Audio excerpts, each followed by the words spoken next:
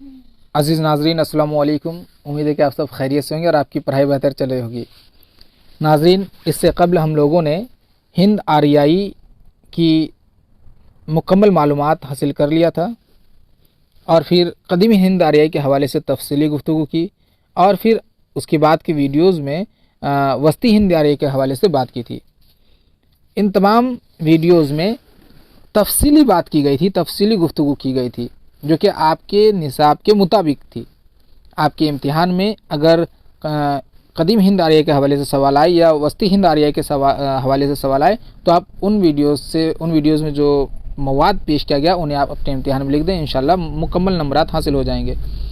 अब इस वीडियो में हम लोग हिंद आर्याई के हवाले से 100 सवाल देखेंगे, मौरूज़ी सवालात होंगे। इन 100 सवालात में जो है हिंद आर्याई को मुकम्मल तौर पर पेश किया गया है। अगर आप इस वीडियो को देख लेते हैं तो हिंद आर्याई के हवाले से जो है आप मुकम्मल वाकिफ़ हो जाएंगे। तो इससे कबल के वीडियो में बाज़ नाज़रीन ने सवाल किया कि WBCS के हवाले से भी वीडियो बनाया जाए। तो चूँकि WBCS के निसाब में भी हिंद आर्याई शामिल है तो ये जो पिछली वीडियोज़ को बनाया गया है वो उसके हवाले से भी है, तो उससे फ़ायदा हासिल कर सकते हैं। अब हम लोग देखेंगे हिंद आर्याई के हवाले से। अगर आप पहले उन वीडियोज़ को नहीं देखे तो उन वीडियोज़ को देख लें ताकि वहाँ जो मौरूज़ी पॉइंट्स है वो आप क्लियर हो जाएं और फिर यहाँ पे आकर जब आप देखेंगे तो आप देखते चले जाएंगे और अज़बर होता चला जाएगा। इसलिए आप पहले उन वीडियोज़ को देखें फिर इस वीडियो को देखें। आइए आगाज़ करते हैं इस सिलसिले के पहले वीडियो का। पहला सवाल है, लिसानियात की तारीफ़ कीजिए। देखिए, चूँकि लिसानियात जानने की इसलिए ज़रूरत है, आगे आपको पता चल जाएगा लिसानियात जानने की ज़रूरत है। लिसानियात ज़बान की इल्म को कहते हैं। आप जैसे अभी जिस ज़बान में मैं लेक्चर दे रहा हूँ ये है उर्दू ज़बान, तो उर्दू ज़बान के इल्म को हम लिसानियात कहेंगे। लफ्ज़ लिसान जो है लाम सीन अलिफ नून, लिसान ये अरबी ज़बान का लफ्ज़ है और इसके मानी है ज़बान के, यानी लिसानियात का जो मतलब होगा वो ज़बान के इल्म के हैं। अब देखिए, अब उर्दू ज़बान की तारीख़, बनावट, साख्त, इन तमाम चीज़ों का जब हम लोग बाकायदगी से इल्म हासिल करेंगे तो वो लिसानियात में हासिल करेंगे। तो देखिए, अगर इम्तिहान में सवाल करता है कि लिसानियात की तारीफ़ कीजिए या लिसानियात क्या है, तो आप एक जुमले में लिखेंगे कि ज़बान के साइंसी मुताले और तजज़िये का नाम लिसानियात है। ज़बान के साइंसी मुताले का मतलब यहाँ पे ये है कि चीज़ों को बाकायदगी के साथ, तकनीक के साथ, तरीक़ेकार के साथ जो है तजज़िया किया जाए। किसी लफ्ज़ पे यूं ही मतलब उलान तुलान ना बक दिया जाए। इसके अलावा जो है आपके पास मतलब एक तकनीक हो, बाकायदा एक तरीका हो आपके पास। तो इस तरह की जो मुताला है जो कि तकनीक और तरीक़ेकार के साथ किया जाता है उसमें साइंसी मुताला उसको कहेंगे हम। तो ज़बान के साइंसी मुताले और तजज़िये का नाम जो है लिसानियात है। ज़बान की तारीफ़ कीजिए। तो ज़बान, ज़ाहिर सी बात है, अभी मेरा मकसद है कि हिंद आर्याई को मैं आपको समझा दूँ। अब ये मकसद की तकमील के लिए जो है मैं अपने मुँह से जो आवाज़ों को निकाल रहा हूँ ये आवाज़ें उर्दू की है, तो ये उर्दू जो है ज़बान कहलाएगी। अब इससे मतलब ये निकल के सामने आ रहा है कि इंसान अपनी ख्वाहिशात, अपने मकसद, अपने ख़यालात, अपने एहसास, जज्बात का जो इजहार करता है जिस ज़रिए से, वो ज़रिया जो है ज़बान है। तो ज़बान में सबसे जो इम्पॉर्टेंट हिस्सा है वो सौती है, यानी आवाज़। इशारों से भी इंसान समझा सकता है। तो अब देखिए ज़बान की तारीफ़ क्या है। इंसानी ख़यालात के सौती व लफ्ज़ी ज़रिया इजहार को ज़बान कहा जाता है। सौत के मानी आवाज़ के हैं, तो इंसान अपने ख़यालात का इजहार जिस ज़रिए से करता है वो ज़बान कहलाता है। तो ज़बान में इशारा भी जो है शामिल है। अदब की तारीफ़ कीजिए। अब देखिए अदब क्या है। अदब अंग्रेज़ी में एक लफ्ज़ है रेस्पेक्ट, ये उस मानी में नहीं है। अंग्रेज़ी में एक लफ्ज़ है लिटरेचर, साहित्य हिंदी में, तो लिटरेचर के मानी में। तो अदब की तारीफ़ कीजिए। अदब अपने अहद के बेहतरीन ख़यालात को बेहतरीन अंदाज में, बेहतरीन अल्फाज में, बेहतरीन तरतीब के साथ बयान करने का नाम है। यानी ये हुआ मतलब कि आप देखेंगे किसी ज़बान में जब तख्लीक़ात का अमल शुरू होता है। अच्छा, इससे पहले आप समझिए कि अदबी ज़बान किसे होता है। ज़बान और अदबी ज़बान में फ़र्क है। आम बोलचाल की ज़बान और अदबी ज़बान में फ़र्क है। अदबी ज़बान जो है जिसमें सनाए बदाई का इस्तेमाल हो, सिनतों का इस्तेमाल हो, अलामतों का इस्तेमाल हो, मुरस्साकारी की गई हो, सलासत हो, रवानी हो, ऐसी ज़बान को हम अदबी ज़बान कहेंगे। और इस ज़बान की मदद से जब कोई चीज़ तख्लीक की जाए तब जाकर के उस ज़बान में हम कहेंगे कि अदब पैदा हो गया है, अदब की तख्लीक हुई है। जैसे बाग़ो बहार देखिए, ये उर्दू में तख्लीक की गई तो वो अदबी तख्लीक है, क्योंकि वो अदबी ज़बान यानी उर्दू ज़बान जो कि अदबी बन चुकी थी उस ज़बान में लिखी गई है। तो अब जब किसी ज़बान में अदब तख्लीक की जाती है, अब जैसे बाग़ो बहार अगर पढ़ेंगे आप तो उस दौर की तमाम चीज़ों के हवाले से मालूमात हासिल करेंगे। आज के शायर, आज के अदीब जो लिखते हैं वो आज के हालात के मद्देनज़र लिखते हैं। किसी भी अहद के किसी भी शायर को देखें या अदीब को देखें, वो अपने अहद के हालात के मद्देनज़र ही लिखते हैं, चीज़ों से मुतासिर होकर के ही लिखते हैं। तो अदब में आप उस अहद के तमाम चीज़ों के हवाले से मालूमात हासिल कर सकते हैं कि उस अहद की सियासियात कैसी थी, माशियात कैसी थी, समाजी या मजहबी ज़िंदगी कैसी थी। ये तमाम चीज़ें आपको अदब से मालूमात मिल जाएंगी। तो इसलिए कहा गया है कि अदब अपने अहद के, यानी जिस अहद का आप मुताला करें तो उस अहद का, तो बेहतरीन ख़यालात को, कोई मतलब बेहतरीन से मुराद कोई ऐसा नहीं कि आप किसी भी तरह के ख़यालात को ले सकते हैं, को बेहतरीन अंदाज में, बेहतरीन अल्फाज में, यानी कि अदबी अल्फाज हो, वो कोई बाजारू अल्फाज ना हो, में बेहतरीन तरतीब के साथ बयान करने का नाम है। उम्मीद है आप अदब समझ गए होंगे, अदब की तारीफ़। अब देखिए 4 नंबर सवाल है कि लिसानी ख़ानदान किसे कहते हैं। लिसानी ख़ानदान यानी कि ज़बानों का ख़ानदान जो है, ग्रुप जो है। तो जो ज़बान आपस में यकसानियत रखते हैं, मतलब मेल जुल हो, यकसानियत हो, सिमिलरिटीज़ हो, तो उन्हें हम रिश्ता ज़बानें कहते हैं। और हम रिश्ता ज़बानों के ग्रुप को लिसानी ख़ानदान कहा जाता है। अगर 3-4 चीज़ें ऐसी हो, ज़बानें ऐसी हो जिसमें कुछ मुमासिलत हो, यकसानियत पाई जाती हो, तो उसको हम लोग कह देंगे हम रिश्ता ज़बानें हैं। और उस हम रिश्ता ज़बान और उस तरह के कई एक अगर हम रिश्ता ज़बानें आ गई तो उसको हम लोग एक जगह मिला करके उस ग्रुप के नाम को रख देंगे लिसानी ख़ानदान। आगे आप और अच्छे समझ आएंगे। अगर पिछली वीडियोस को देखें तो ये सब समझ गए होंगे, लेकिन अगर आप नहीं देखे इसलिए मैं मुख्तसर सा समझाता चला जाता हूँ। दुनिया का सबसे बड़ा और अहम लिसानी ख़ानदान का नाम बताइए। अच्छा, एक लफ्ज़ लिसानी ख़ानदान के साथ साथ लिसानियात में एक और इस्तिलाह इस्तेमाल की जाती है, वो है ख़ानदान अलसिना। इस लफ्ज़ का भी आप इसको भी याद रखें, ख़ानदान अलसिना का भी इस्तेमाल होता है, एकदम सेम मानी है। दुनिया का सबसे बड़ा और अहम लिसानी ख़ानदान का नाम बताइए। तो हिंद यूरोपी लिसानी ख़ानदान जो है वो इस दुनिया का सबसे बड़ा और अहम लिसानी ख़ानदान है, हिंद यूरोपी। और इसी से हम लोगों को मतलब भी है, क्योंकि हिंद यूरोपी लिसानी ख़ानदान से ही जो है, ख़ानदान अलसिना से ही जो है उर्दू की पैदाइश हुई है। हालांकि हिंद यूरोपी से उर्दू तक का जो सफ़र है वो काफ़ी तवील है, इसको हम लोग को समझने की ज़रूरत है, और इससे प्रीवियस वीडियोज़ में जो बताया गया है। अगला सवाल देखिए 6 नंबर के विनफर्ड पी लेहमन ने दुनिया में बोली जाने वाली ज़बानों को नस्ली बुनियादों पर कितने ख़ानदानों में तकसीम किया है। विनफर्ड पी लेहमन जो है मगरिब के माने जाने जो है माहिर लिसानियात हैं। इन्होंने ज़बानों को तकसीम किया है 7 लिसानी ख़ानदानों में। पूरी दुनिया में जो ज़बानें बोली जाती हैं उसको नस्ली बुनियाद पर 7 ख़ानदानों में बांटा है। मैं यहाँ पे एक बात बता दूँ कि बहुत सारे माहिरीन जो है लिसानी ख़ानदान 8 भी कहते हैं, लेकिन चूँकि विनफर्ड पी लेहमन जो है काफ़ी मोतबर नाम है, इसलिए इसके हवाले से भी सवाल आ जाता है, इसी हवाले से मैंने यहाँ पे इसको लिखा है। बाकी 8 भी कहीं पे आप देखेंगे, ये 7 आप देख लीजिए। ये 7 लिसानी ख़ानदान पिछले वीडियो में मैंने मतलब वजाहत के साथ समझाया, उसको भी देख लीजिए। तो 7 लिसानी ख़ानदान पाए जाते हैं पूरी दुनिया में। हिंद यूरोपी ख़ानदान को कितने हिस्सों में तकसीम किया गया है। अब देखिए, चूँकि 7 लिसानी ख़ानदान है, 7 में से हमारा जो काम है वो हिंद यूरोपी से पड़ता है, तो अब डायरेक्ट उन 6 को छोड़ के 1 को पकड़ते हुए हिंद यूरोपी, तो हिंद यूरोपीय ख़ानदान को कितने हिस्सों में तकसीम किया जाता है, तो 11 हिस्सों में। अब यहाँ पे भी इख्तिलाफ राय है। बाज़ माहिरीन के मुताबिक जो है हिंद यूरोपीय ख़ानदान को सिर्फ 8 हिस्सों में तकसीम किया गया है, बाज़ों ने 8 ही हिस्सों में तकसीम किया है और बाज़ ने 11, चूँकि 11 जो है उसे जो है उसमें मतलब अक्सरियत की राय है 11, इस वजह से 11 लिखा जाता है। तो आप ये ध्यान में रखें, अगर आप कहीं पे देखें ये सब चीज़ें तो कन्फ्यूज़ ना हो जाए, मैं इसलिए बस बताता चला जा रहा हूँ 11 हिस्सों में। 8 नंबर सवाल, हिंद ईरानी को कितने शाखों में तकसीम किया जाता है? हिंद ईरानी को, अब हिंद ईरानी आप अगर पिछले वीडियो को देखे हैं तो आपको पता होगा कि हिंद यूरोपी जो है लिसानी ख़ानदान है।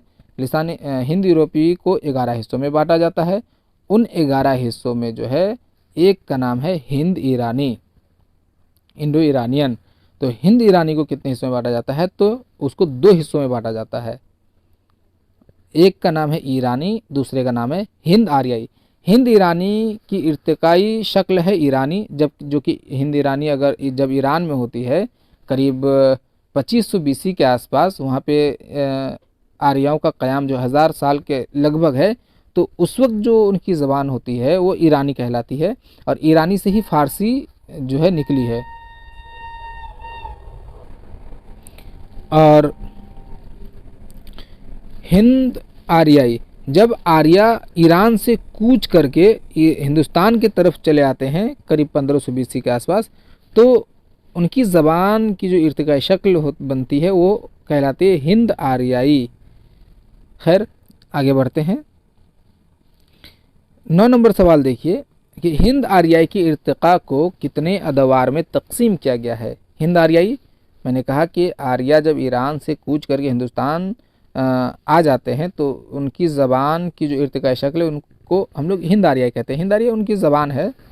तो हिंद आर्याई जो ज़बान है उस ज़बान को कितने हिस्सों में बांटा गया है? तो 3 अदवार में। आप जानते हैं कदीम दौर, वस्ती दौर और जदीद दौर, यानी कि कदीम हिंद आर्याई, वस्ती हिंद आर्याई और जदीद हिंद आर्याई। 10 नंबर सवाल देखिए, हिंदुस्तान में आर्या कौम कब दाखिल हुई थी? आर्या कौम जो है ये 1500 साल कबल मसीह में दाखिल। देखिए यहाँ पे एक मसला ये है कि आप इस बात को यूँ ना लिख लें कि जिस तरह से मान लीजिए अगर कोई एक इंसान एक जगह से दूसरी जगह जाता है तो एक मखसूस डेट है, लेकिन ये जो मखसूस डेट है इस पर ये मखसूस डेट बना दिया गया, लेकिन ये बात आप अपने जहन में रखें कि आर्या कौम जो है वो पूरा कौम जो है वो एक बार में नहीं आई, आहिस्ता आहिस्ता जत्थों की शक्ल में उन लोगों का हिंदुस्तान में आमद जो है वो 1900 BC में शुरू हो चुका था। आहिस्ता आहिस्ता आहिस्ता आहिस्ता वो आते रहे, लेकिन चूँकि 1500 साल BC जो है ये काफ़ी ज़्यादा मकबूल है और इस वक्त ज़्यादा तादाद में आए आर्या, इसलिए इस साल को लिखा जाता है। और जब 1500 साल में जो आर्या आए वो उससे पहले के जो आर्या बसे हुए थे हिंदुस्तान में उनको उन लोगों ने दस्यु या दशा पुकारना शुरू किया, यानी भूत प्रेत। बहरहाल तो आपको 1500 ही लिखना है, बस आप कहीं देख करके कंफ्यूज ना हो जाएं। 11 नंबर सवाल देखिए, आर्याओं का आबाई वतन कहाँ था? वस्ती एशिया, तिब्बत। अब देखिए इस पर भी मसला है कि वस्ती एशिया या तिब्बत है। देखिए ये वस्ती एशिया जो है ये मगरिबी माहिर लिसानियात है मैक्स मुलर, उसके मुताबिक है ये। इसके अलावा जो है और भी कई एक नज़रियात हैं जिनको आप जान कर रखें यूँ ही। इन नज़रियात में सबसे पहले आप सर विलियम जोन्स के नज़रिए को जानिए। इनके मुताबिक जो है बर्रे आज़म यूरोप आर्याओं का जो है वतन है, आबाई वतन है।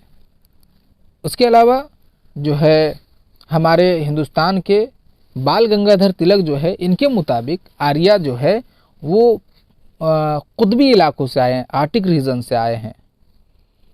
और फिर स्वामी दयानंद सरस्वती जो है इनके मुताबिक तिब्बत का थ्योरी, तिब्बत का जो नज़रिया है ये स्वामी दयानंद के मुताबिक है। इसके अलावा जो है कुछ हमारे ऐसे भी माहिरीन लिसानियात हैं जिनका मानना है कि आर्या जो है वो हिंदुस्तान के ही थे, जिनमें डॉक्टर गंगानाथ झा हैं, उसके बाद जो है LD काला हैं, RV पांडे हैं, उसके बाद और भी कई जो है AC दास हैं। ये जो माहिरीन हैं इनके मुताबिक हिंदुस्तान के ही थे आर्या। तो इन तमाम नज़रियों में जो सबसे मकबूल नज़रिया है वो है वस्ती एशिया। हिंदुस्तान के नहीं थे, मकबूल नज़रिया है वस्ती एशिया से आर्या जो है आए थे। वस्ती एशिया उनका जो है आबाई वतन था। तो इसको आप अपने जहन में रखें कि एक नज़रियात हैं, ये आप जानें। हिंदुस्तान के जो बाल गंगाधर तिलक का जो नज़रिया है कुतुबी इलाका, और दयानंद सरस्वती का जो नज़रिया है तिब्बत का, कि वो तिब्बत के थे, ये भी काफ़ी हद तक दुरुस्त है, काफ़ी हद तक, मुकम्मल तौर पर दुरुस्त नहीं है। कुछ शवाहिद मिले हैं इस एतबार से कहा गया है। बहरहाल आगे बढ़ते हैं। 12 नंबर देखिए, आर्याओं की ज़िंदगी कैसी थी, यानी आर्या किस किस्म के कौम थे, है ना। तो आर्या जो है खाना बदोश थे। खाना बदोश की मानी एक जगह से दूसरी जगह, मतलब हिजरत करने वाले लोग, मवेशी पालने वाले लोग, इस तरह के। आर्या कौम हिंदुस्तान में क्यों आए थे?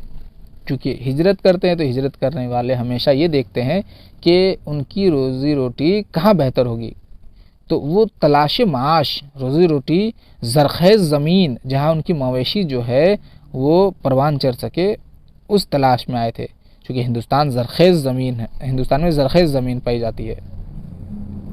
14 नंबर सवाल देखिए, हिंदुस्तान के किस हिस्से में आर्या वारिद हुए थे? तो हिंदुस्तान के शुमाल मगरिबी ख़ित्ते में जो है आर्या वारिद हुए थे।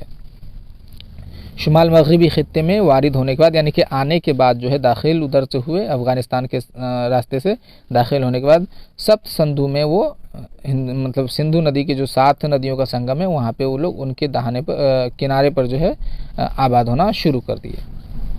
15 नंबर सवाल है, कौन सी ज़बान हिंद आर्याई के कदीम दौर की नुमाइंदगी करती है?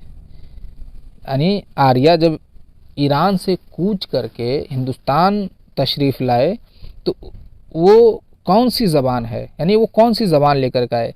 तो मसला ये है कि वो तो हिंद ईरानी ज़बान लेकर के आए थे, बोलते हुए आ रहे थे, लेकिन हिंदुस्तान के जो कदीम शहरी, यानी इससे पहले के जो लोग हैं जिनमें नेग्रिटोज़ हैं, हिंदुस्तान के सबसे कदीम शहरी नेग्रिटोज़ हैं, ऑस्ट्रिक हैं, द्रविडी लोग हैं। इन लोगों के साथ जब इनका मुकाबला हुआ, इन लोगों के साथ मिलजुल करके जब इन लोगों में तशादुम हुए और कई एक जद्दोजहद होने के बाद जो है उनको ढकेल दिया गया जुनूब की तरफ, और आर्या जो है मगरिब में, शुमाल मगरिब में जो है मतलब मुकीम हो गए। तो ये एक बारगी नहीं हो गया, काफ़ी वक्त लगा इसमें।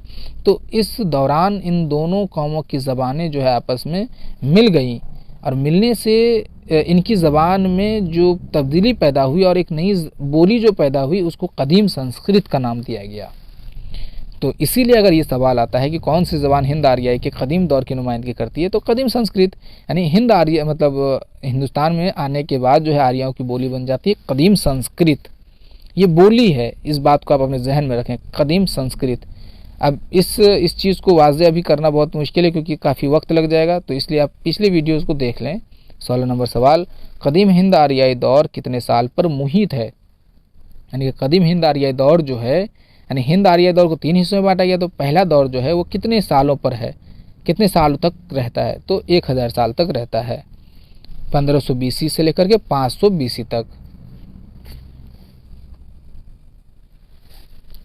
17 नंबर सवाल देखिए, कदीम हिंद आर्याई दौर को कितने ज़ेली अदवार में मुनक़सिम किया गया है? यानी कि जो कदीम हिंद आर्याई दौर है, हिंद आर्याई को 3 हिस्सों में बांटा गया, फिर कदीम हिंद आर्याई जो कि उसकी पहली शक्ल है, तो कदीम हिंद आर्याई दौर को कितने हिस्सों में बांटा गया है? फिर तो कदीम हिंद आर्याई दौर को 2 हिस्सों में बांटा गया है। वो है, एक है वैदिक संस्कृत और दूसरा है क्लासिकी संस्कृत।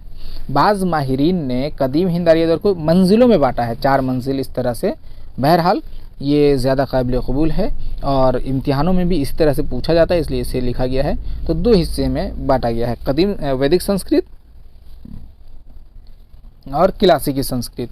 तो आप देखिए वैदिक संस्कृत कितने साल पर मुहित है, यानी कि कदीम हिंद आर्य तो जाहिर सी बात है 1000 साल पर मुहित है। तो अब इसके जो 2 हिस्से हैं वो 500 साल पर मुहित है। 1500 से लेकर 1000 तक वैदिक संस्कृत का दौर रहता है और 1000 से 500 साल कबल मसीह तक जो है वो क्लासिकी संस्कृत का दौर रहता है। 19 सवाल हो गया। 20 नंबर सवाल देखिए, चारों वेद जो है किस दौर में तख्लीक हुई थी। तो चारों वेद जो है वो कदीम हिंद आर्य की जो पहला दौर है यानी वैदिक संस्कृत का दौर है उस दौर में तख्लीक हुई थी। देखिए वेदों के साथ मसला ये है कि वो एक ही मतलब ऐसा नहीं है कि वो साल 2 साल के अंदर लिख दिया गया, मतलब सदियाँ गुजरी, 1-2 सदी बाज़ के मुताबिक जो है 1500 से लेकर के 1200, कुछ कहते हैं कि 1200 से लेकर के 1000 साल कबल मसीह, 900, इस तरह से मतलब लेकर के 400-500 साल पर मुहित है वेदों की तसनीफ। बहरहाल लेकिन ये याद रखें कि वैदिक संस्कृत में वेदों की तख्लीक हो गई थी। और वैदिक संस्कृत चूँकि देखिए, और यहाँ याद रहे कि उस वक्त 1000 जो वैदिक संस्कृत का जो दौर कहा जाता है उस वक्त उसे लिखा नहीं गया था बल्कि ज़बानी तौर पर याद कर लिया गया था, ओरली। जिस तरह हम लोगों को कोई नज़्म याद हो उस तरह से याद कर लिया गया था। वैदिक संस्कृत बोली में वेद मौजूद थी।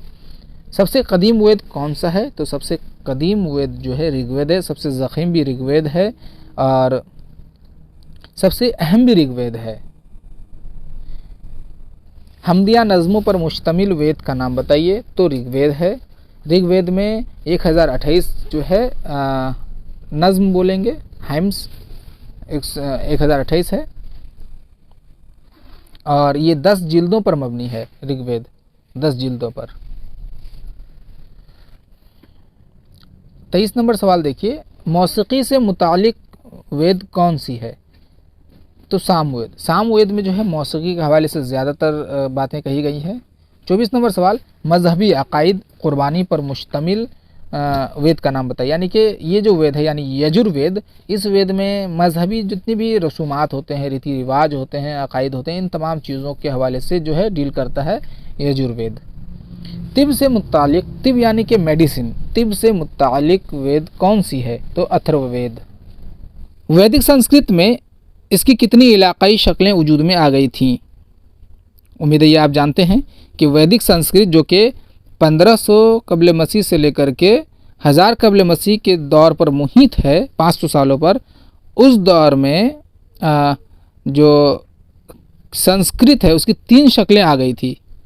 और ये क्या बोलते उरूज पर जो पूरे इलाके में जो है मतलब मुरवज हो चुकी थी आपको जाकर के क्लासिकी संस्कृत में। तो ये 3 शक्लें हैं, उदीचिया, पराचिया, मध्यदेशा। आगे आपको पता चल जाएगा इन बोलियों के बारे में। अगर आप नहीं देखे हैं तो आप वीडियोस को, इसलिए मैं कह रहा हूँ बार बार, उसको देख लें ताकि आप कंफ्यूज ना हो जाएं। इसमें वजाहत करने की जो है वक्त नहीं है। 27वां सवाल देखिए, उदीचिया किस खित्ते में राइज थी। उदीचिया जो बोली थी वो किस खित्ते में थी, तो शुमाल मगरबी खित्ते में। पराचिया किस खित्ते में राइज थी, मशरिक़ में। मध्य देशा का चलन कहाँ था, ये मरकज़ में, यानी कि शुमाल मगरबी खित्ता जो कि ऊपरी इलाके में है, और जो मशरिक़ है जैसे कि बंगाल, बिहार, उड़ीसा, यूपी के कुछ ज़िले ये, और इन दोनों के बीच का जो इलाका है जैसे कि आज का मध्य प्रदेश जिसको हम लोग बोल सकते हैं, बीच का मरकज़ का इलाका, वहाँ पे उदीचिया और पराचिया के दरमियान में ये मध्य देशा जो है इसका चलन था। 30 नंबर सवाल है कि उदीचिया की लिसानी खूबी क्या है। देखिए लिसानी खूबी यह है कि उस बोली में क्या खूबी थी ज़बान के एतबार से, तो उदीचिया में खूबी ये थी कि रे और लाम की जगह सिर्फ रे की आवाज़ थी। अगर लाम से कोई लफ्ज़ हो, जैसे कि अगर मान लीजिए कि लाम से लफ्ज़ बोलते तो वो लोग रफ्ज़ बोलेगा, क्योंकि लाम की आवाज़ ही नहीं है उसमें उदीचिया में। अब पराचिया की लिसानी खूबी क्या थी, तो पराचिया की लिसानी खूबी ये थी कि इसमें रे और लाम के लिए सिर्फ लाम की आवाज़ थी। जैसे रे से अगर कोई लफ्ज़ आज हम लोग बोलते हैं राजा, तो वो लोग लाजा बोलेगा, राजा नहीं। अब मध्यदेशा की लिसानी खूबी क्या थी, तो देखिए उदीचिया में सिर्फ रे की आवाज़ है, पराचिया में सिर्फ लाम की आवाज़ है, लेकिन मध्यदेशा में जो है वो रे भी है और लाम भी मौजूद है, दोनों ही मौजूद है। ये इसकी खूबी है। और इसी एतबार से आगे आपको पता चलेगा एक और भी चीज़ें खूबी के एतबार से। 33वां सवाल देखिए, उदीचिया प्राच्या और मध्यदेशा में सबसे म्यारी बोली कौन सी थी? अब देखिए तलफ़ुज़ वगैरह के एतबार से, चूँकि देखिए उस वक्त संस्कृत मौजूद है और उसी के मतलब संस्कृत में ही लफ्ज़ों में मतलब तलफ़ुज़ में जो है हेर फेर कर दिया गया है, तोड़ मरोड़ दिया गया है।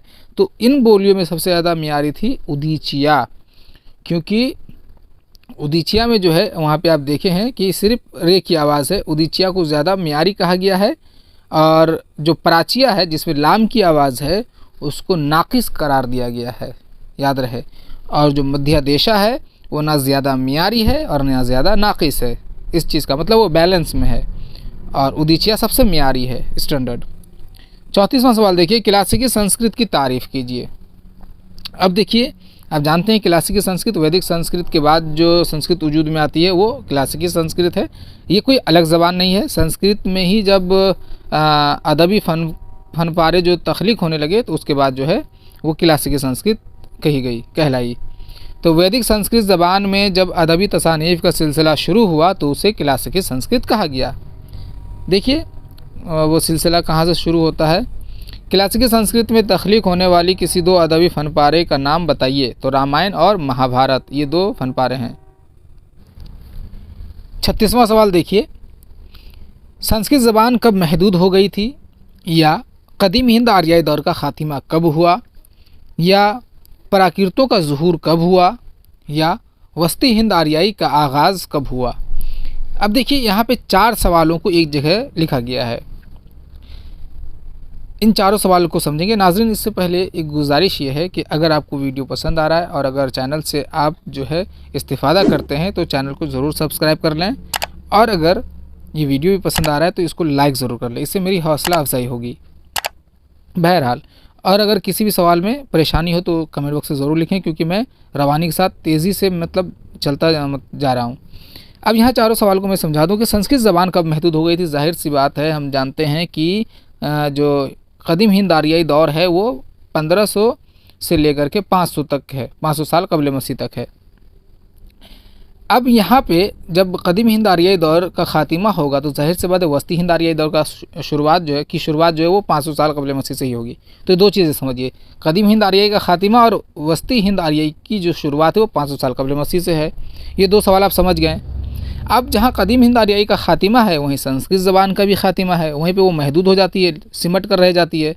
तो कदीम हिंद आर्याई का ख़ात्मा और संस्कृत का ख़ात्मा दोनों को आप समझ जाइए। ख़ात्मा तो नहीं, महदूद हो गई थी संस्कृत। बहरहाल, तो इस तरह से आप ट्रिक बना के रखिए कि कदीम हिंद आर्याई का ख़ात्मा 500 साल कबल मसीह और संस्कृत का भी ख़ात्मा साथ में हुआ। इसी के साथ जो है प्राकृतों का ज़ुहूर, यानी कि वस्ती हिंद आर्याई जो दौर है इसमें प्राकृत ये भी बोली है, तो प्राकृतों का ज़ुहूर हो जाता है। तो या तो प्राकृतों का ज़ुहूर हो या वस्ती हिंद आर्याई का आगाज़ हो, तो ये दोनों 500 साल कबल मसीह से होगा। तो ये ट्रिक है, इसको आप अपने जहन में रखें। अब देखिए वस्ती हिंद आर्याई दौर में देखते हैं 37वां सवाल देखिए, पाणिनि ने संस्कृत ज़बान में होने वाली लिसानी तब्दीली को रोकने के लिए एक कवायद तख्लीक की थी, नाम बताइए। तो नाम है अष्ट अध्याय, जो कि 8 अबवाब पर, उसमें 8 चैप्टर्स हैं, 8 चैप्टर्स, इसीलिए इसका नाम भी अष्ट अध्याय है। अब देखिए यहीं से आप समझ जाएंगे पाणिनि इस बात को समझ चुके थे कि संस्कृत ज़बान में अवामी सतह पर जो है काफ़ी ज़्यादा रद्दोबदल तब्दीली हो रही है, यानी कि तलफ़ुज़ बिगाड़ दिया जा रहा है, कोई जो है मुसम्मता या मुसव्वता को तोड़ के गिरा दिया जा रहा है, बढ़ा दिया जा रहा है, ये वो समझ चुके थे। लिहाजा वो इन चीज़ों को सलीस करने के लिए जो है कवायद को जो है मुरतब किए, इस बात को समझ गए थे। लेकिन वो कवायद तो लिख दिए, लेकिन उस संस्कृत में होने वाली लिसानी तब्दीली को ना रोक सके, और संस्कृत जो है 500 साल कबल मसीह तक पहुँचते पहुँचते सिमट कर रह गई, सुकर गई, सिर्फ आला तबके की ब्राह्मणों की जो है पुरोहितों की ज़बान बनकर रह गई, और अवामी सतह पर जो है संस्कृत की ही बोली वो प्राकृत के रूप में उभर कर सामने आई, जो कि थोड़ी बहुत तलफ़ुज़ और लफ्ज़ों में रद्दबदल के साथ आई। वो जो उदीचिया प्राचिया और मध्यदेशा देखे तो बोलियाँ, वही बोलियाँ जो है अब ज़्यादा तरक्की कर ली, अब जो है बड़े पैमाने पर बोली जाने लगी। अब आप वस्ती हिंद आर्याई में देखेंगे उन चीज़ों को, तो देखते हैं। बहरहाल आप ये भी जाने कि पाणिनि जो है ये जो पाणिनि की किताब है अष्ट अध्याय, इसको आप दुनिया की पहली ग्रामर की किताब कह सकते हैं, और संस्कृत को तो पहली ग्रामर की किताब है ही ये, और ये मंजूम शक्ल में है। 38वां सवाल देखिए, वस्ती हिंद आर्याई दौर कितने सालों पर मुहित है? तो वस्ती हिंद आर्याई दौर जो है, कदीम हिंद आर्याई दौर कितने सालों पर है? तो 1000 सालों पर है, 1500 से लेकर के 500 तक वैदिक संस्कृत और क्लासिकल संस्कृत 500 करके तो 1000 साल। और जो वस्ती हिंद आर्याई है वो 1500 साल पर है। इस 1500 साल को फिर हम लोग 3 हिस्सों में बांट देंगे। 39वां सवाल देखिए, उसी पर मबनी है कि वस्ती हिंद आर्याई दौर को कितने ज़ेली अदवार में मुनक़सिम किया गया है? तो देखिए 500 से लेकर 1000 ईस्वी तक जो है 3 पहली प्राकृत, यहाँ 3 है, यहाँ ब्रैकेट में देख लीजिए, पहली प्राकृत है, दूसरी प्राकृत और तीसरी प्राकृत। पहली प्राकृत को जो है अदबी प्राकृत भी कहा जाता है। अब वो क्यों, वो आपको आगे मैं बता दूंगा। दूसरी प्राकृत जो है वो आपका जाकर सॉरी गलती हो गई। पहली प्राकृत को जो है इब्तदाई प्राकृत कहा जाता है, और दूसरी प्राकृत को अदबी प्राकृत, और तीसरी प्राकृत को अपभ्रंश या फिर आखिरी प्राकृत भी कहा जाता है। बहरहाल आगे हम लोग देखेंगे इस चीज़ को। 40 नंबर सवाल देखिए, प्राकृत का दौर कब से कब तक कायम रहता है? प्राकृत का जो दौर है वो पहली प्राकृत का दौर, तो पहली प्राकृत का जो दौर है वो 500 साल कबल मसीह से लेकर के 1 कबल मसीह तक। देखिए यहाँ मैंने पहली वीडियो में इस बात को कहा था कि डेट में थोड़ा बहुत जो है फ़र्क है। जाहिर सी बात है, बहुत कदीम तारीख़ है मौजूद यहाँ पे, तो बाज़ माहिरीन के नज़दीक 100 साल इधर उधर हो ही सकता है, कोई मसला नहीं है। तो 500 साल कबल मसीह से 1 ईस्वी तक जो है, तो देखिए 500 साल होता है। 500 साल पर पहली प्राकृत मौजूद है। तो पहले हम प्राकृत की तारीफ़ देख लें। प्राकृत की तारीफ़ क्या है कि जब संस्कृत ज़बान के तलफ़ुज़ व क़वाइद और नहवी ढांचे में काफ़ी हद तक तब्दीलियाँ रौनमा हो गईं, तो ये ज़बान बिल्कुल बदल गई। यही बदली हुई शक्ल प्राकृत कहलाई। आइए 42वां सवाल देखते हैं। पहली प्राकृत में किन ज़बानों का शुमार होता है? प्राकृत की अवलीन शक्ल कौन सी है? देखिए प्राकृत किसी एक ख़ास बोली को नहीं कहा जा सकता, ये इस बात को अपने ज़हन में रखें। संस्कृत में तब्दीली के बाइस जो है 500 साल कबल मसीह से 1 ईस्वी के दरमियान जो बोलियां वजूद में आई उन सबको प्राकृत कहेंगे। तो प्राकृत में जो है किन किन बोलियों का शुमार होता है? देखिए पाली और अशोक की कुतुबों की ज़बानें जो है, ये अशोक ने जो कुतुबे लिखवाए थे उसमें कई एक ज़बानों का इस्तेमाल मिलता है।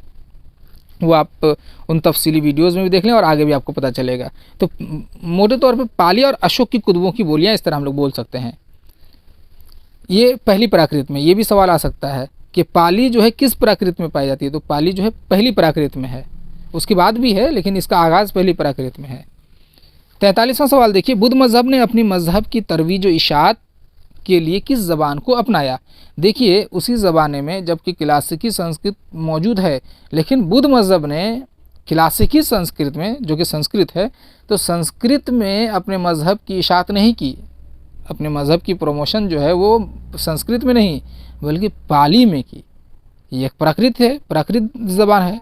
तो आप बताइए कि बुद्ध मज़हब, ये जो गौतम बुद्धा हैं, उन्होंने क्यों नहीं संस्कृत को अपनाया? क्योंकि संस्कृत जो है सिमट करके वो आला लोगों में रह गई थी, ब्राह्मणों में। जो उस वक्त जो है अवाम में जो बोली जा रही थी वो थी पाली, और चूँकि इसको अपने मज़हब को जो है फैलाना था अवामों में, इसलिए उन्होंने अवामों की बोली को, जिसमें से पाली एक है, उसको अपनाया। इसलिए बुद्ध मज़हब जो है ज़्यादा फैल सका। बहरहाल आगे बढ़ते हैं। 44वां सवाल देखिए, पाली बुनियादी तौर पर किस इलाके की ज़बान थी? बुनियादी तौर पर मतलब ये किस इलाके में जो है मरवज थी? तो मगध के इलाके में, बिहार के इलाके में। अशोक के कुतबे कितने तरह की इलाकाई बोलियों की नुमाइंदगी करते हैं? तो 3 तरह के, शुमाल मगरिब के, मरकज़ी इलाके के, मध्य देशा के, और मशरिक़ के, उड़ीसा, प्राचिया और मध्य देशा। इन तमाम इलाकों की बोलियों की जो है नुमाइंदगी करते हैं, 3 तरह के इलाकों की। अशोक के कुतबे, 46वां नंबर सवाल देखिए, अशोक के कुतबे कितने तरह के रसूम ख़त की नुमाइंदगी करते हैं? यानी कि रसूम ख़त यानी कि लिखने का, जैसे अभी देखिए ये जो सवाल लिखा हुआ अशोक के कुतबे कितने तरह के, तो ये उर्दू रस्म ख़त में है। तो अशोक के जो कुतबे हैं वो 2 रसूम ख़त में हैं। एक है ब्राह्मी, जो कि बाएँ से दाएँ लिखा जाता था, जैसे कि हिंदी हो या इंग्लिश हो या बंगला हो, पंजाबी हो, ये सब जो है बाएं से दाएं लिखी जाती है। खरोष्टी जो कि दाएं से बाएं, जिसमें से एक उर्दू है खरोष्टी। तो दो तरह के रस्म खत की जो है नुमाइंदगी करते हैं अशोक के कुतबे। आपको कमेंट बॉक्स में बताना है कि कुतबा किसे कहते हैं। 47वां सवाल देखिए, प्राकृत की दूसरी शक्ल को क्या कहते हैं। अब प्राकृत चूँकि बोलियां हैं, ये अवाम में मुरव्वज थी। अब प्राकृत जो कि तरक्की कर चुकी है, उसके बाद जब तरक्की कर ली और उसमें अदबी तसानीफ़ का सिलसिला शुरू हुआ, तो वो प्राकृत जो है इब्तदाई प्राकृत अब बन गई अदबी प्राकृत, जिसे दूसरी प्राकृत भी कहते हैं, जो कि ये भी 500 साल पर मुहित है।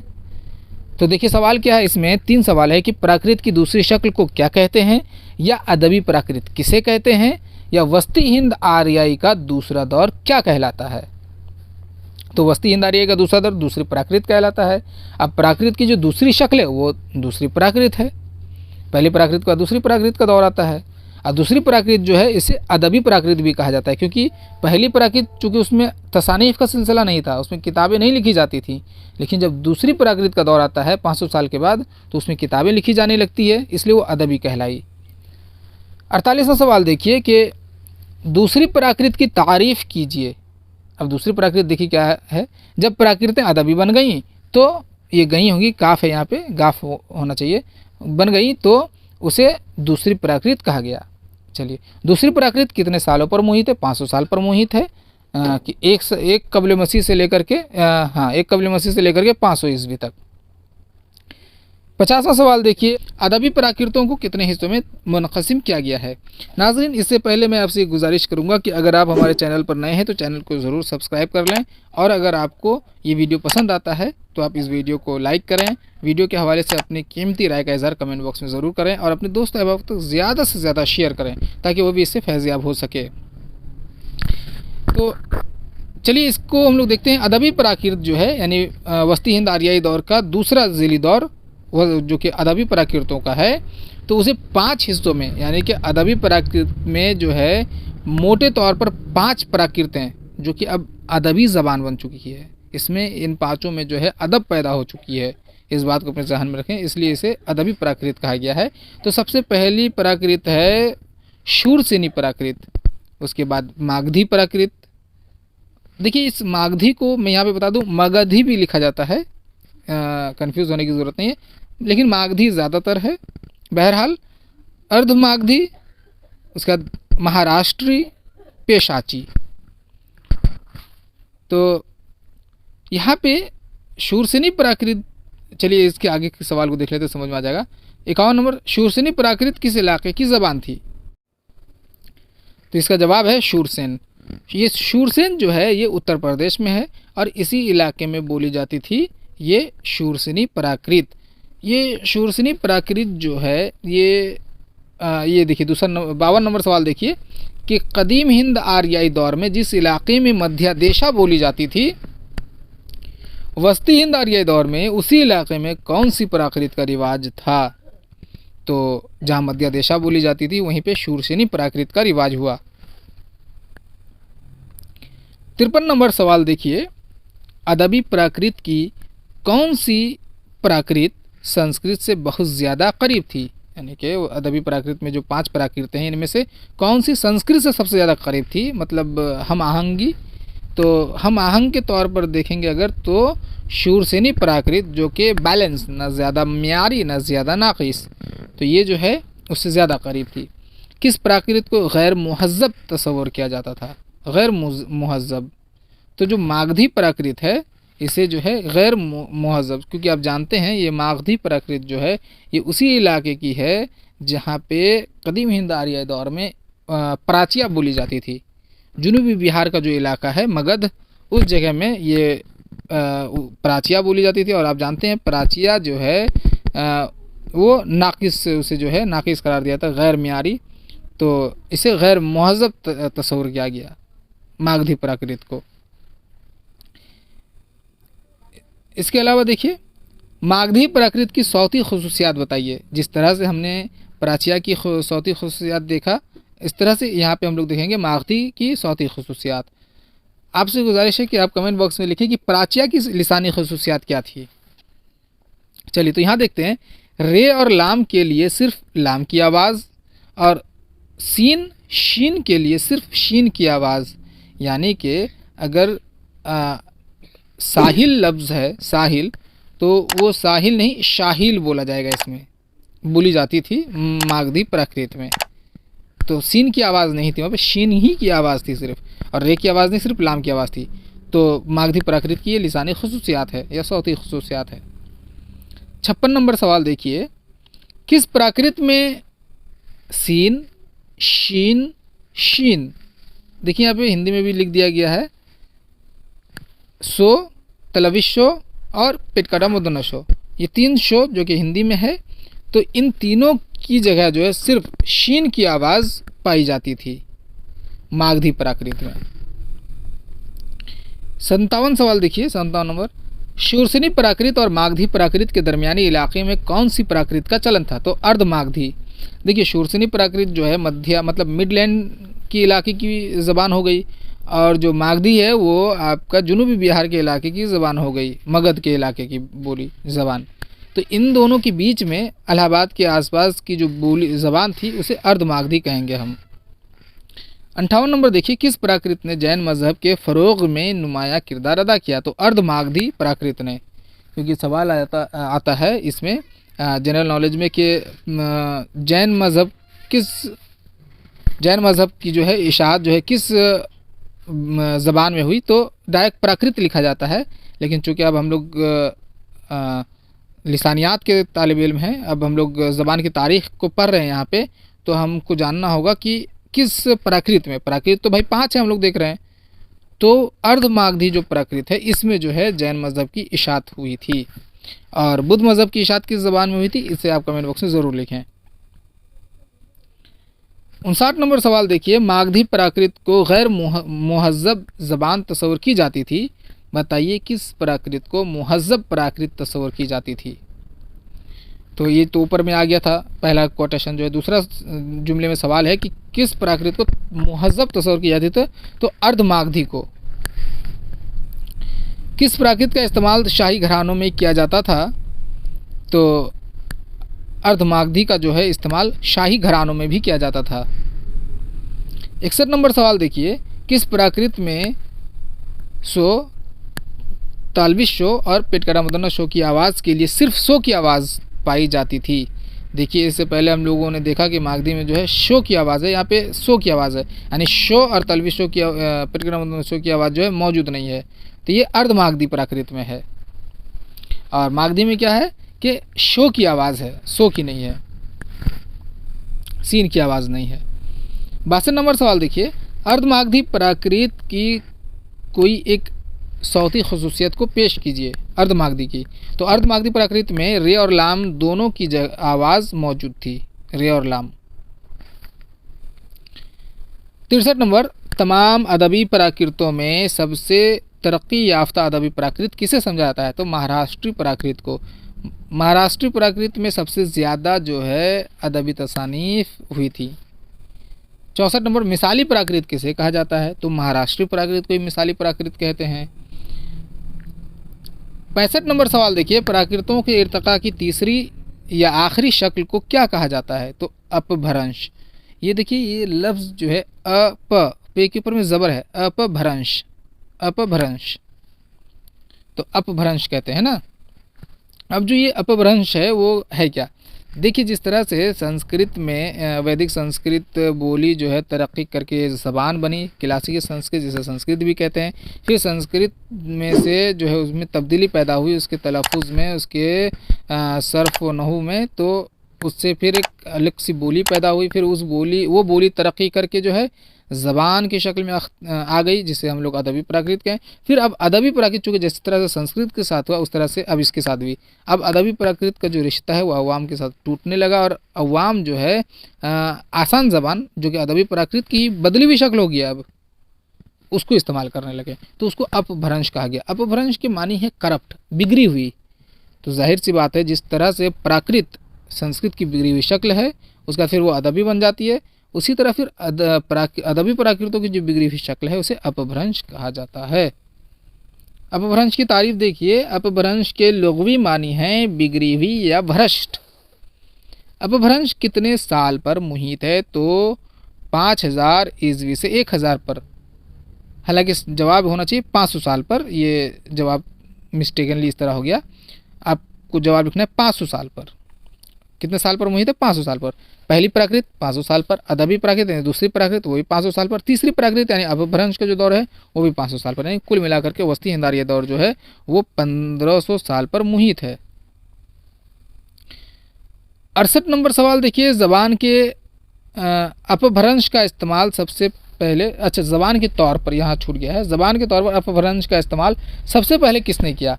तो हेमचंद्र ने किया। हेमचंद्र शब्द अनुशासन इनकी किताब है। अपभ्रंशों के कितने अक़साम किए जाते हैं? 5 अक़साम किए जाते हैं। जिन जिन इलाकों में प्राकृतें थीं, उन्हीं अदबी प्राकृतें, उन्हीं इलाकों में जो है अपभ्रंशें वजूद में आएंगी। कहीं कहीं पे 6-7 भी कर दिया जाता है, लेकिन ये 5 जो है सबसे ज़्यादा मकबूल है। तो अपभ्रंशों, 70 नंबर सवाल देखिए, अपभ्रंशों का इर्तिका कब रुक जाता है? तो 1000 ईस्वी तक पहुँचते पहुँचते अपभ्रंशों की इर्तिका रुक जाती है। 71 नंबर, जदीद हिंद आर्याई दौर का आगाज़ कब होता है?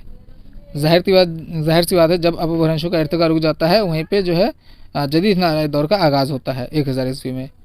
शूरसेनी प्राकृत से कौन सी अपभ्रंश वजूद में आती है? देखिए ये सब समझने के लिए आपको जो है वो तफसीली वीडियोस को देखने की ज़रूरत है। तो 72 नंबर है, शूरसेनी प्राकृत से कौन सी अपभ्रंश वजूद में आती है? तो शूरसेनी अपभ्रंश।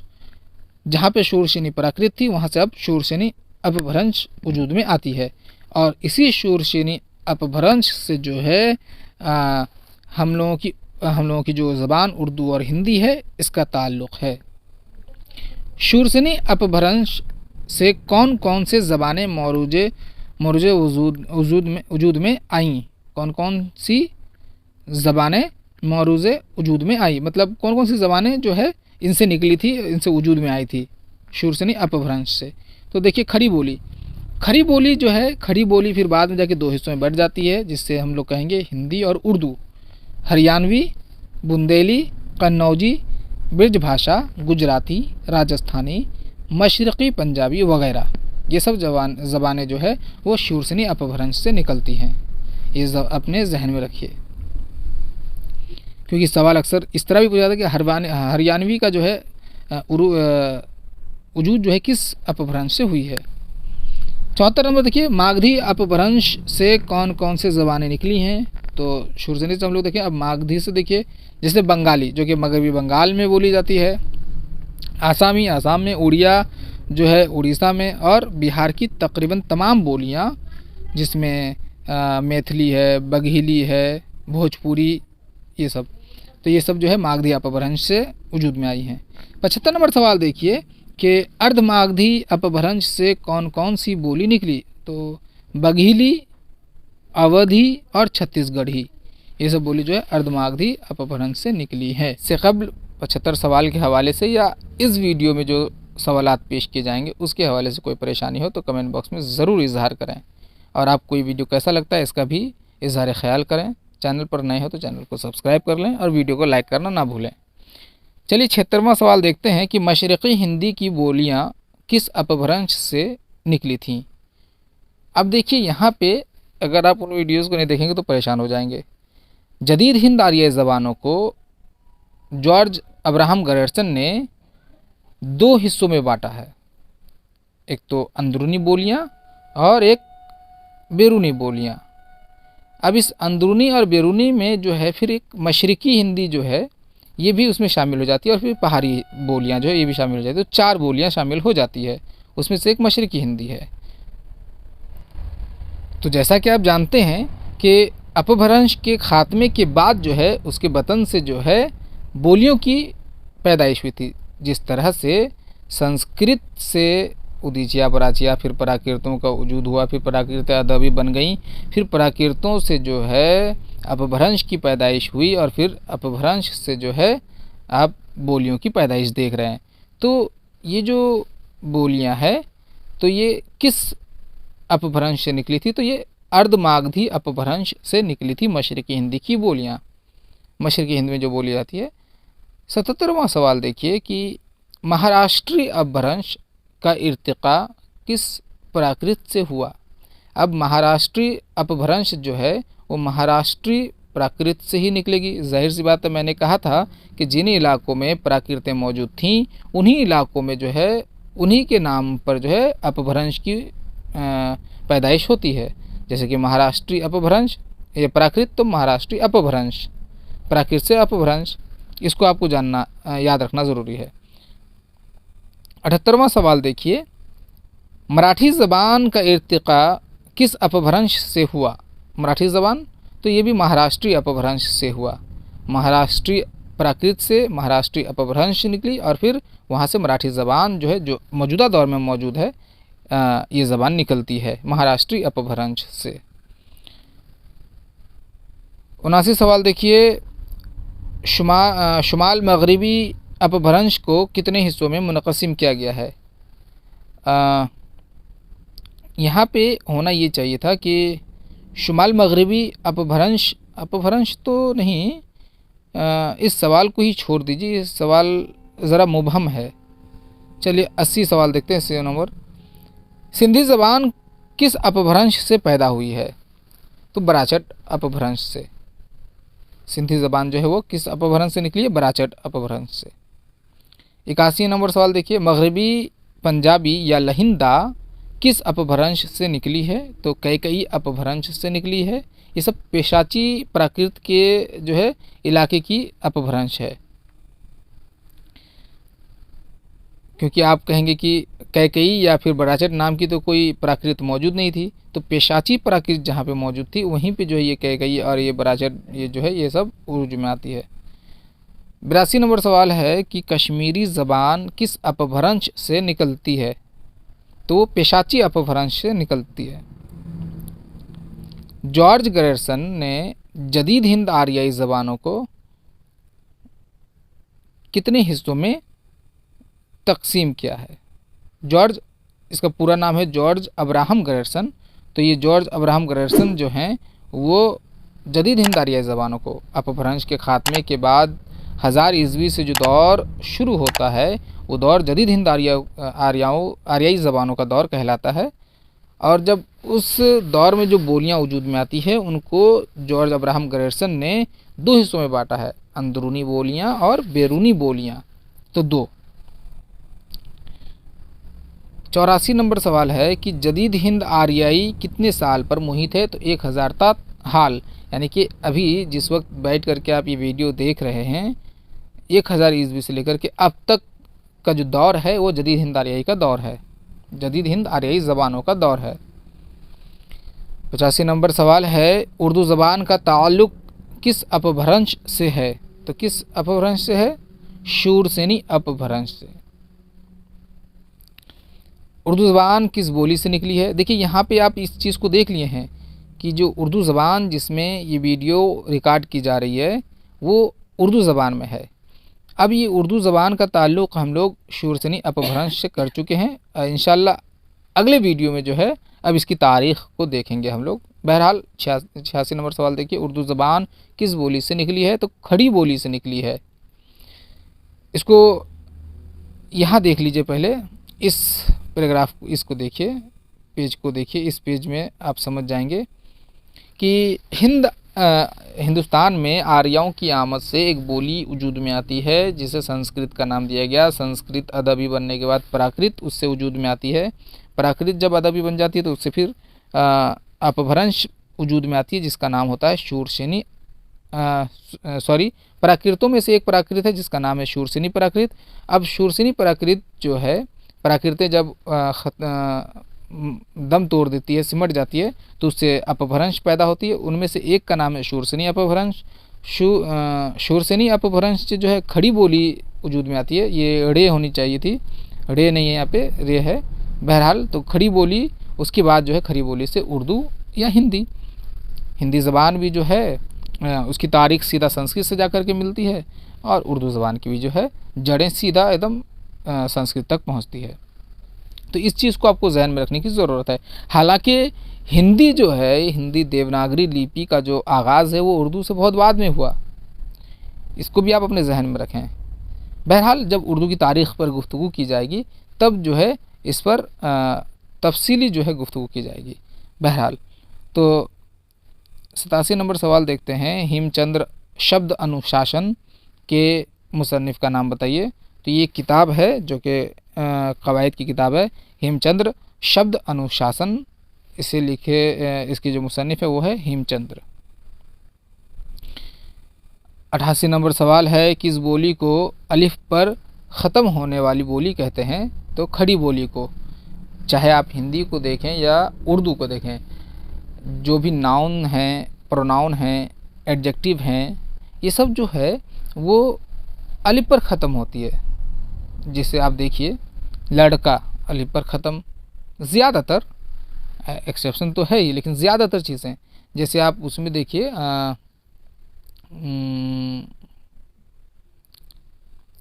दूसरे जब मगरबी हिंदी की दूसरी बोलियों को देखेंगे आप, ब्रिज भाषा जैसे, उसमें जैसे हम लोग कहते हैं मेरा, लेकिन ब्रिज भाषा में कहा जाता है मेरो, तो ओ पे ख़त्म होने वाली वो बोली हो गई। बांग्ला को भी आप देखेंगे तो वो ओ पर ख़त्म होती है ज़्यादातर साउंड जो है, लेकिन हिंदी या उर्दू की जो आवाज़ है वो आ पर जो है ज़्यादातर ख़त्म होती है, इसलिए इसको खड़ी बोली कहा गया है। बहरहाल आइए, 89 सवाल है, मगरबी हिंदी की बोलियां अपने इर्तिक़ा के दौरान कितनी शक्लें अख्तियार कर लेती हैं? दरअसल ये सवाल होनी चाहिए मगरबी हिंदी में कितनी बोलियां शामिल हैं। सवाल को आप दुरुस्त कर लें कि मगरबी हिंदी में कितनी बोलियां शामिल हैं। तो मगरबी हिंदी में 5 बोलियां शामिल हैं। देखिए इस चीज़ को समझाया जा चुका है वस्ती हिंद आर्याई के दौर में। मगरबी हिंदी मैंने कहा कि 1000 ईस्वी के बाद, अपभ्रंश के ख़ात्मे के बाद जो है जो ज़बानें वजूद में आई उसे जदीद हिंद आर्याई कहा गया, बोलियां जो वजूद में आई। और इन बोलियों की जब दर्जाबंदी की गई, बांटा गया, तो सहूलत के लिए जॉर्ज अब्राहम गरर्सन ने इसे 2 हिस्सों में बांट दिया था। एक तो बैरूनी बोलियां और एक अंदरूनी बोलियां। तो बैरूनी बोलियां में फिर मशरिकी बोली भी शामिल की गई और जो अंदरूनी बोलियां हैं उसमें मगरबी हिंदी शामिल की गई। तो दहलिया और नवाहे दहली में जो बोलियां बोली जाती थी उस वक्त 5 बोलियां थी, जिसमें से जो है खड़ी बोली, हरियाणवी, ब्रिज भाषा, कन्नौजी, बुंदेली और कहा गया वो 5वां हो गया है। बहरहाल तो खड़ी बोली में फिर उर्दू और हिंदी है।